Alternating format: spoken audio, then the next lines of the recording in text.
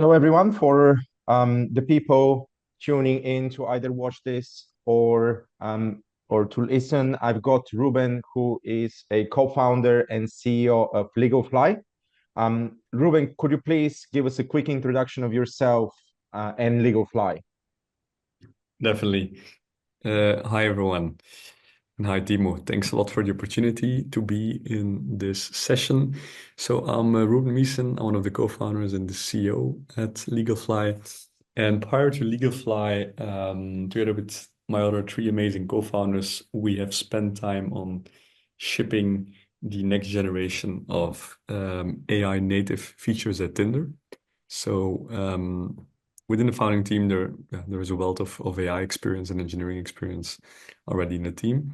And we worked on a weekly basis with the in-house legal team of Tinder, mainly to navigate the legal landscape and get the right approval from different committees to build and ship the features we develop globally to millions of users.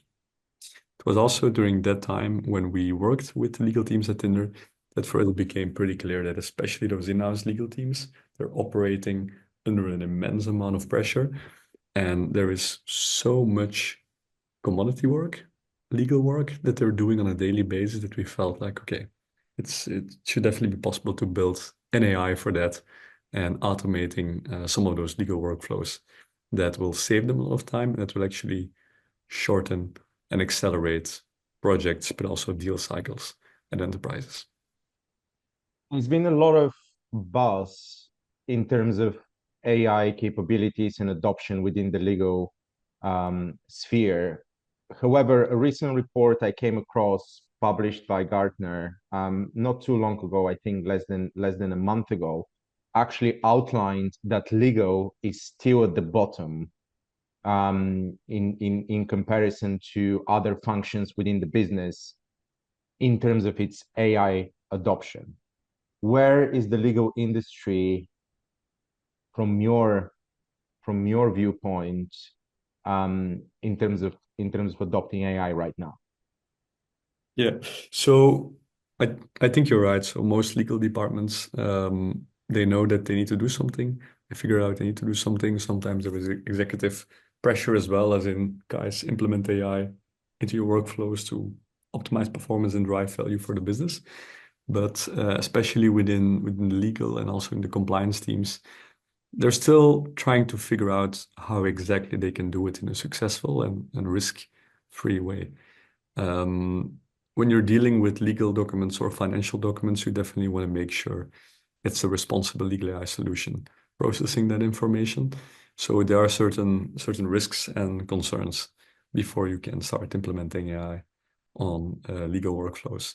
Now, interestingly, in 2024, to us, it was pretty clear that there was a lot of appetite to experiment with different legal AI solutions, while in 2025, we do have the feeling it's the year of implementation of AI also within legal teams. There are clearly defined use cases, success criteria, and we're seeing a lot of teams that are actively procuring and looking for specialized legal solutions that also deal in a very responsible way with the most sensitive data of the firm. And what would you say are the biggest drivers to implement AI solutions from in-house legal teams? Usually it always starts with operational excellence, boosting the efficiency of the in-house legal team, but just boosting the internal efficiency of the team is usually not enough, I would say.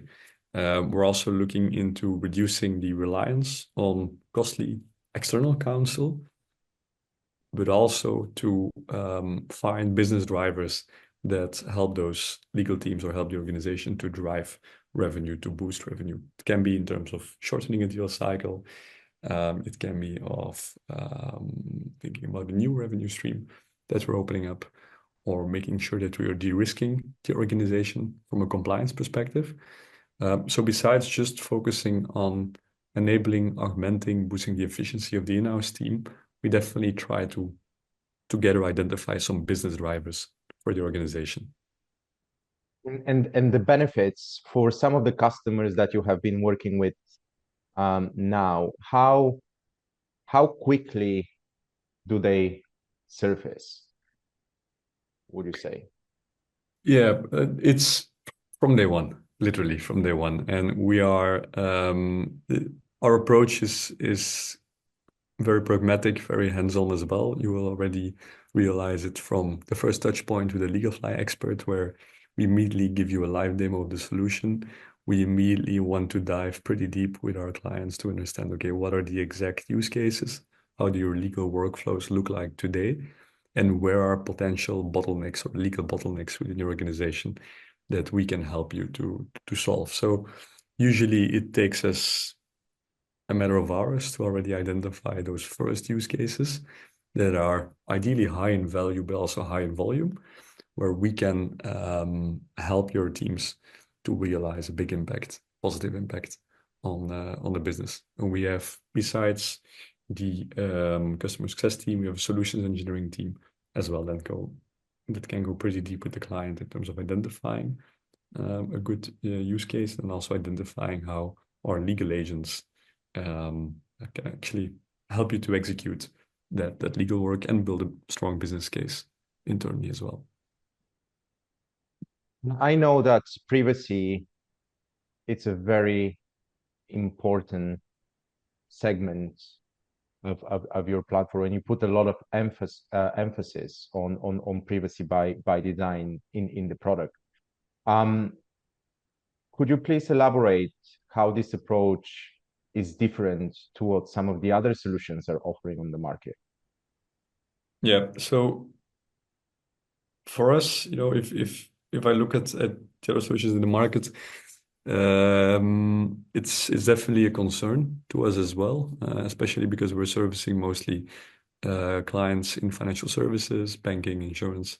We're not just limited to that industry, but we're very successful at solving the needs of those clients.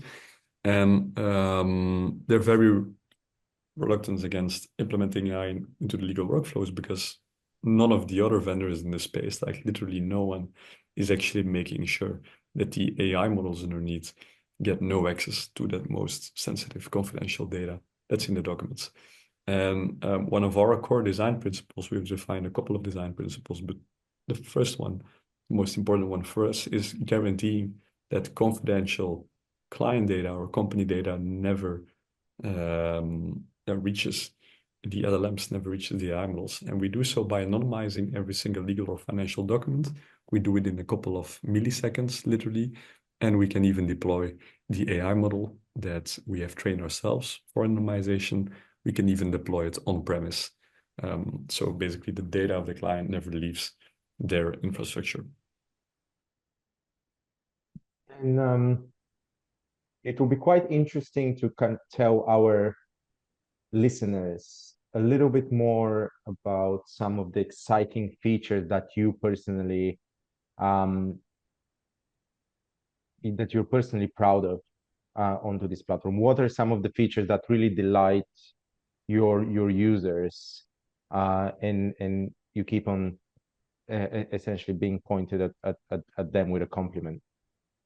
Yeah, definitely. So just before I dive into the features, let's talk a little bit more about our core design principles that we took into consideration when building LegalFly. And the first one is the more time we spent with legal teams, the more clear it became to us that the variety in terms of the use cases, the legal workflows, it's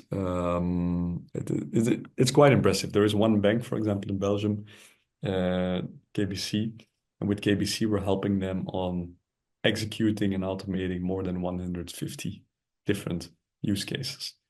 So that for us was already in one of the early days of LegalFly, was for us a sign that, okay, we feel that we should build for our clients an AI workspace. And within that AI workspace, there are dozens of legal agents, and every agent is developed to go for full automation of a very specific, distinct legal workflow. So as a result of that, we have a wide variety of agents, a wide variety of features within the platform.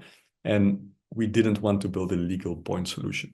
because then if you build a legal point solution, the client would need to procure multiple legal AI point solutions. They would need to train the team to use multiple solutions. Their documents will be processed by multiple solutions. So that didn't make any sense. So building an end-to-end solution for us was one of the key core design principles as well.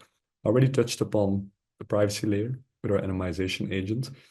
But then we're also very involved into making sure LegalFly is legally trained, because only by training the AI model specifically for the legal domain, we can get domain expertise built into the model. And that would allow us to avoid hallucinations, for example, and also to ground every answer that LegalFly is providing, grounded by a source, in comparison to generalist tools that do hallucinate. They're not trained for the legal domain, and they're a black box. You basically have no insight into its capabilities.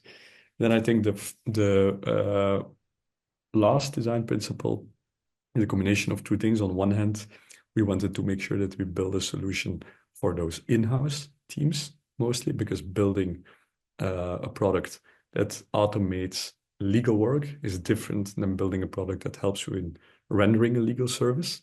So we decided, okay, the product we're building is built for in-house teams to get legal work done, not just to advise on legal work. Having said that, around 1/3 of our clients are law firms, but we're definitely mostly focused on the needs of those in-house teams. And then lastly, we have the LLM agnostic approach. So LegalFly is powered by, again, a variety of foundational models, and every legal agent is powered by often a different LLM, an AI model that excels in a very specific task. So those are our core design principles.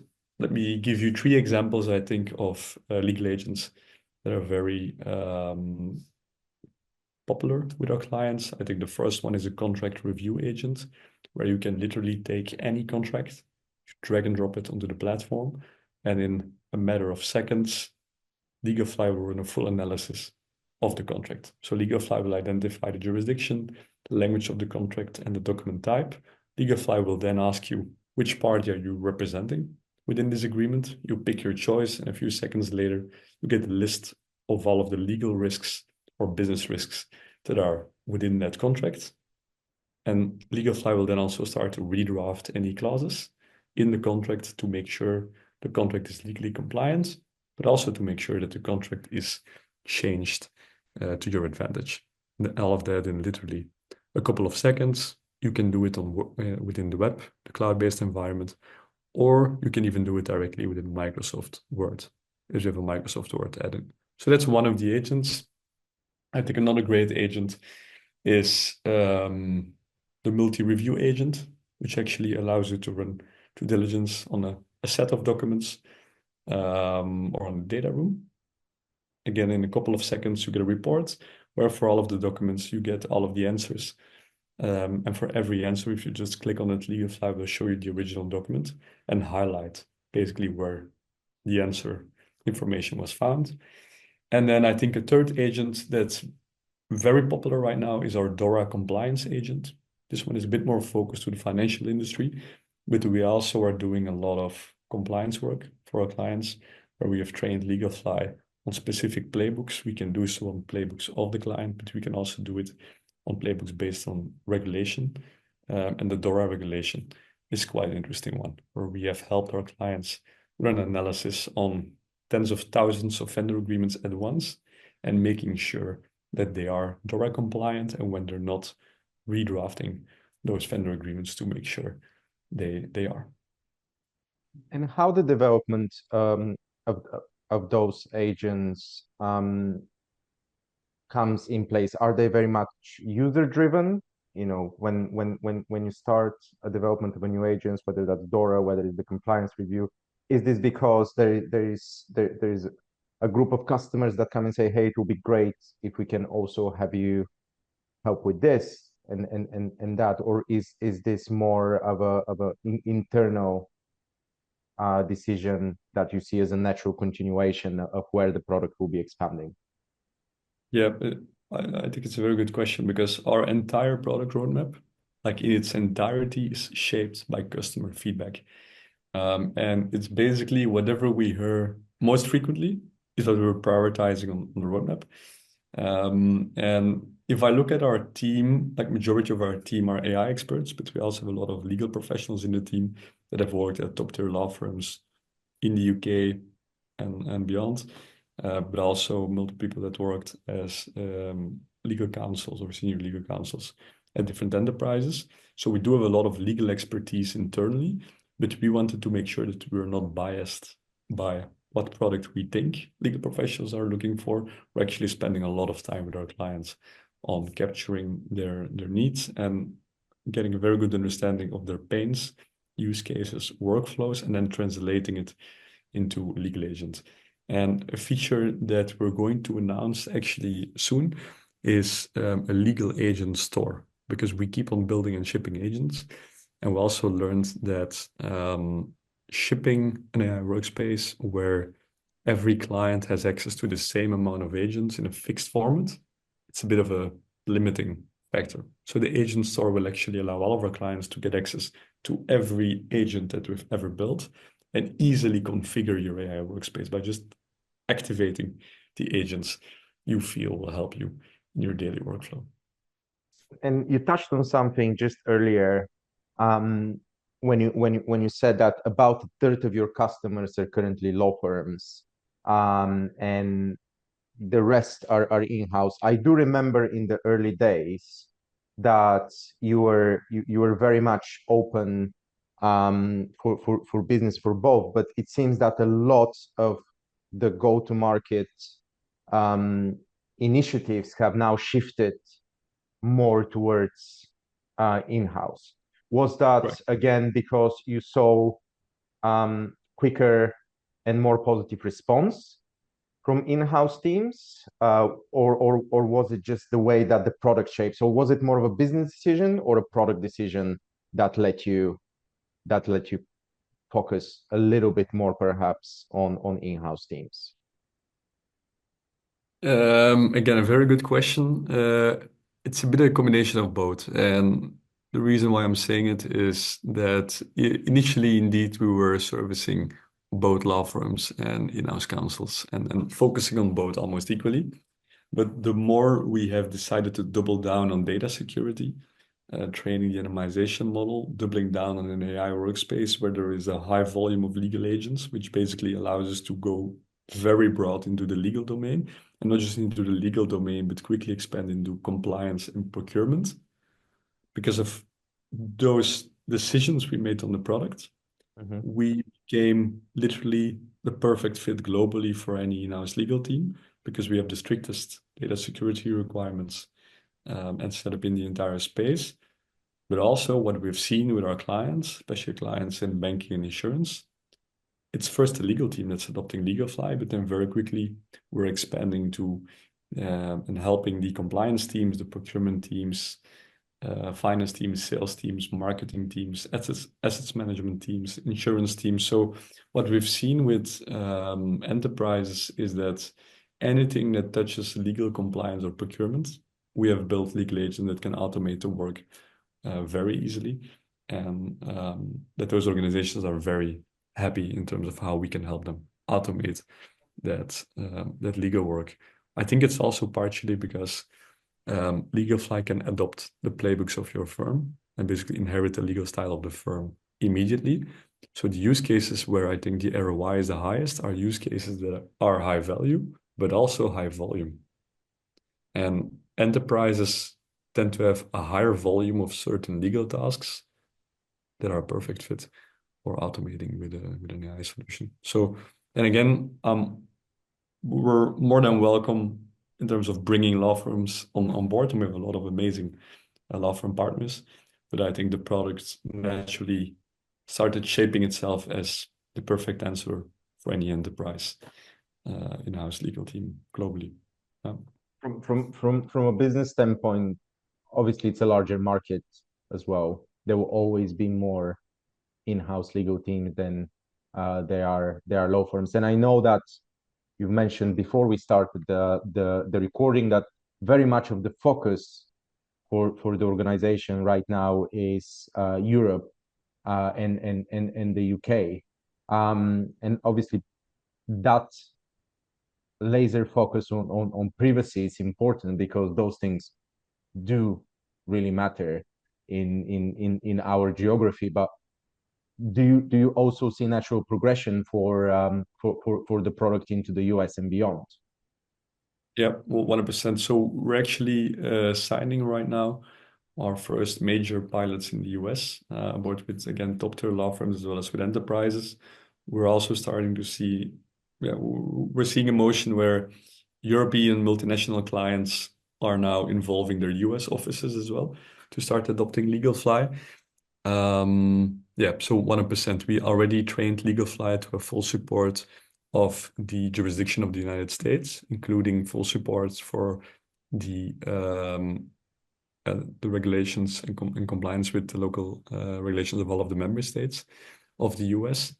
So we're 100% ready. I think it's more from a go-to-market motion that we're heavily focused on Europe, also because we have offices in London and in mainland Europe. And we're looking at doing an expansion also physically to the US by the end of this year. Yeah. And if you are to pick, one of those perfect customer stories, where things have really rolled out in the perfect possible way, and the client is getting the maximum benefit, um, which story would be? You don't need to perhaps mention the name of the company, but maybe you can tell us the industry that they operate in, and how that product rollout has unraveled and happened. Yeah, I think an example I'm really proud about, because I think we managed to work very closely with the teams within that bank is a bank in Western Europe, where first of all the legal team started using LegalFly. They started using LegalFly mainly for automating contract reviews, drafting contracts as well, and also providing legal advice within the firm. We also have an agent that's called Discovery. We've trained Discovery to be able to speak legalese, to really advise the client on any legal matter that crosses their path. And the first results within the legal team were incredibly positive. And I think 2 weeks in our pilot, the bank already started involving the procurement teams, the credit teams, and the assets management teams, and they started using LegalFly as well. And I think we're working now with 8 teams of the bank. We have scoped a high volume of use cases, and we're actually right now looking into expanding it basically to every business unit of the bank as well. And the interesting thing there is that initially the users using LegalFly were members of the legal team, but now there are even people from the marketing team, for example, that are reviewing marketing materials based on playbooks created by the legal team with LegalFly. And that's what really gets us excited, that we can drive such a wide adoption of AI, legal AI, across an organization that's very risk averse, like a bank. Very cool. And we heard about the contract review agent. We heard about Dora. Can you tell us about some exciting new agents on the horizon that you are looking to deploy in the coming year? Yeah, 100%. So later this year, we're going to release a legal radar agent, and the legal radar will actually advise our clients of upcoming regulation. And besides advising our clients, it will also give a notification when some of the contracts or legal documents are impacted by the upcoming regulation. So I think this is definitely quite a powerful one. Another one is a compare agent that will actually allow you to run a full legal compare of multiple documents or different data rooms. And then I think thirdly, a product release I'm super excited about is the integration within Microsoft Copilot. So Microsoft has become a very close partner of us.